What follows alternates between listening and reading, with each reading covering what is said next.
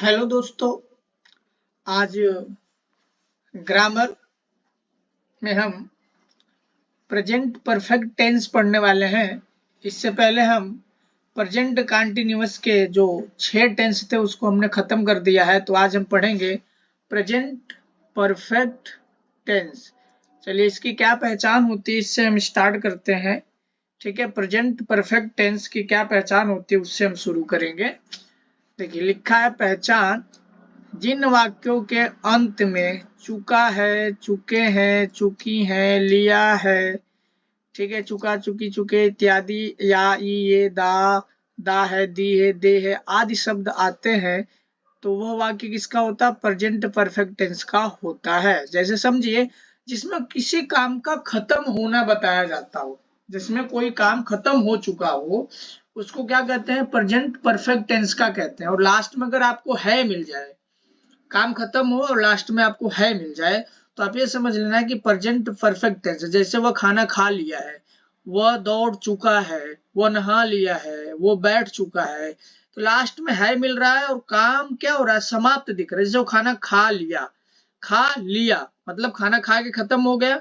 अब अगर है लगा देता हूं, खाना खा लिया है, तो वो हो जाएगा प्रेजेंट परफेक्ट टेंस का। ठीक है, चलिए इसके हेल्पिंग वर्ब देख लेते हैं। इसके हेल्पिंग वर्ब क्या होती है? इसमें 2 हेल्पिंग वर्ब है, एक है आपकी हैज और एक है आपकी हैव। हैज और हैव इसकी हेल्पिंग वर्ब होती है। ठीक है, सिंगुलर सब्जेक्ट कह रहा है, सिंगुलर सब्जेक्ट या सिंगुलर नाउन्स के साथ ही, सी, इट या नेम होता है जिसमें हैज लगाते हैं। कह रहा है सिंगुलर नाउन्स या सिंगुलर सब्जेक्ट, बात एक ही है, जिसके साथ क्या लगाते हैं? हैज का प्रयोग करते हैं। और प्लूरल सब्जेक्ट के साथ क्या करते हैं? हैव का प्रयोग करते हैं। क्या कह रहा है? एक वचनकर्ता के साथ हैज लगाते हैं तथा बहुवचनकर्ता के साथ हैव का प्रयोग करते हैं। अब एक चीज और, इसकी जो वर्ब होती है, जो अपनी वर्ब होती है, जैसे कह रहा है प्रेजेंट परफेक्ट टेंस, ठीक है, इन हिंदी में यानी वर्ब की थर्ड फॉर्म का प्रयोग किया जाता है। क्या? जो वर्ब होती है उसकी थर्ड फॉर्म का आप प्रयोग करेंगे, वर्ब की थर्ड फॉर्म लगाएंगे टेंस बनाते समय। जैसे गोन, देखिए गोन जो है ये गो का ही थर्ड फॉर्म है।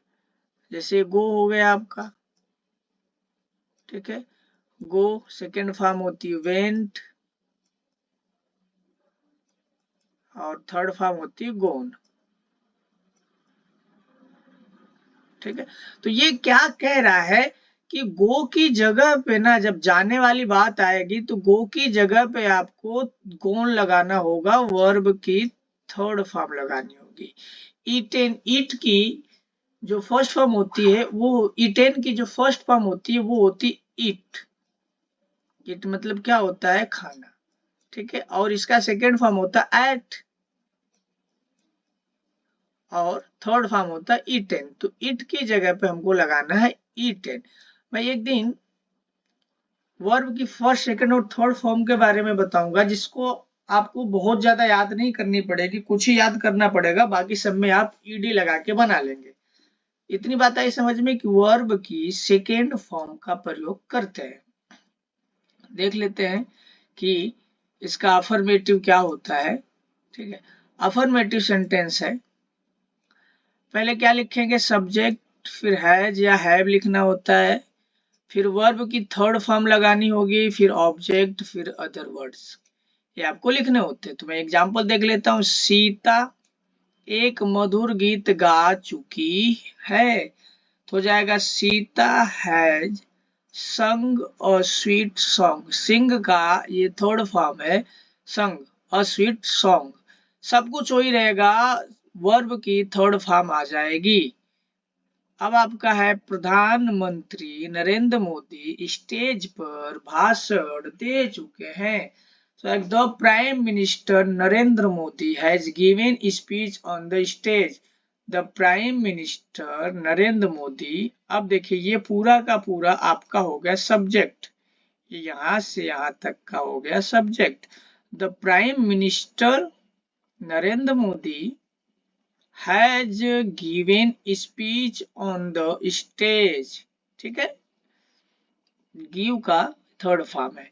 वे मरीजों का इलाज कर चुके हैं, दे हैव वो मरीजों का इलाज कर चुके हैं। तो यहाँ पे मरीजों का इलाज नहीं होगा, मरीजों को खून दे चुके हैं। यहाँ पे होगा मरीजों को खून दे चुके हैं, वे मरीजों को खून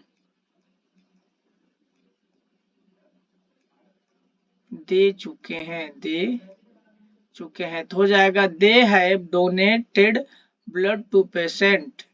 ठीक है, सिपाही चोर को पकड़ चुका है, the constable has catched the thief. तो यहाँ पे आप देख रहे हैं कि वर्ब की थर्ड फॉर्म आ रही है। तो चलिए अब नेगेटिव जरा देख लेते हैं, इसका नेगेटिव क्या है। ठीक है, नेगेटिव में क्या कह रहा है कि तीसरे नंबर पे नोट लगाते। मैं आपको शुरू से समझाते आ रहा हूँ कि तीसरे नंबर पे आपको क्या लगा देना, नोट शब्द लगा देना है।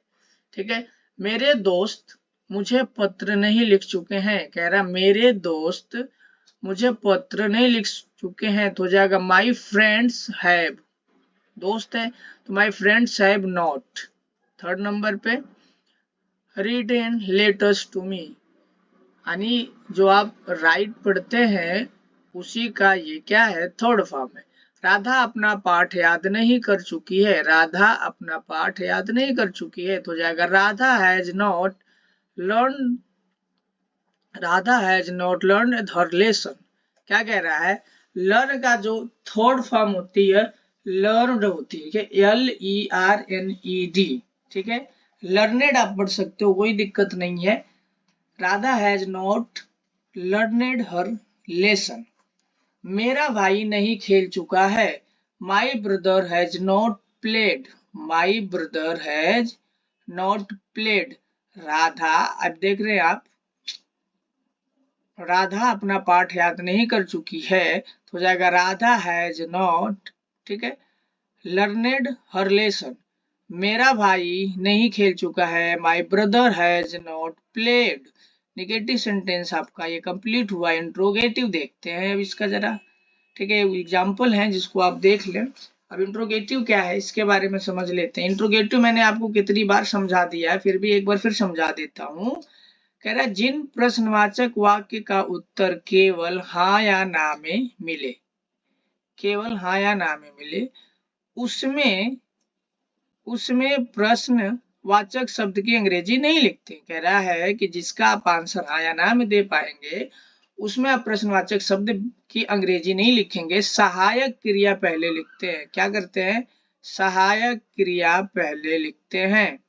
अब देखिए इसका भी फार्मूला हमने पिछले वाले टेंस में जैसा किया था सेम मिलेगा, वैसा ही हेल्पिंग वर्ब बदल जाएगी।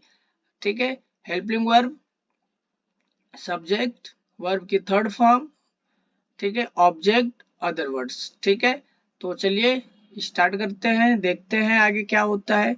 क्या ये लड़के स्कूल जा चुके हैं, तो अब आपको आंसर इसका, क्या ये लड़के स्कूल जा चुके हैं, किसी ने आपसे पूछा तो आप क्या बोलेंगे, हाँ या ना बोलेंगे। यहाँ तो आप और कोई जवाब दे नहीं सकते हैं, तो हाँ या ना बोलेंगे।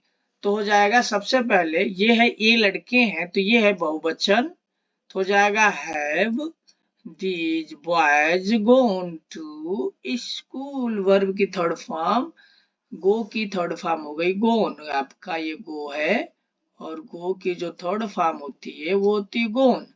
ठीक है, आगे देखते हैं। क्या बंदर पेड़ पर चढ़ चुके हैं, क्या बंदर पेड़ पर चढ़ चुके हैं। तो यहाँ पे आप देख रहे हैं हाँ या ना में आंसर दे पाएंगे, तो have the monkeys climbed the tree. ठीक है, यानी आप ये समझ लें जिसमें क्या शब्द पहले आ जाता हो उसकी अंग्रेजी ना लिख के आपको हेल्पिंग वर्ब पहले लिखनी है। ठीक है, आई बात समझ में। चलिए इसका दूसरा पार्ट भी देख लेते हैं। जब क्या शब्द पहले ना हो, मतलब जिसमें आप ये देखें कि क्या शब्द पहले नहीं आता हो, बाकी कोई भी शब्द कहीं भी आ जाए उसकी अंग्रेजी आप पहले लिखेंगे। अगर क्या शब्द बीच में आ जाए ना तब भी अंग्रेजी लिखनी पड़ेगी, लेकिन क्या शब्द अगर पहले आता है तो उसकी अंग्रेजी नहीं लिखते, बाकी सारे शब्दों की अंग्रेजी लिखनी पड़ती है। देखिए यहाँ पे एग्जाम्पल है, क्या गांव में क्या ठंडी हवा चल चुकी है, गांव में क्या ठंडी हवा चल चुकी है? इसका आंसर आप हाँ या ना में नहीं दे पाएंगे, ठीक है। गांव में क्यों ठंडी, गांव में क्या ठंडी हवा चल चुकी है?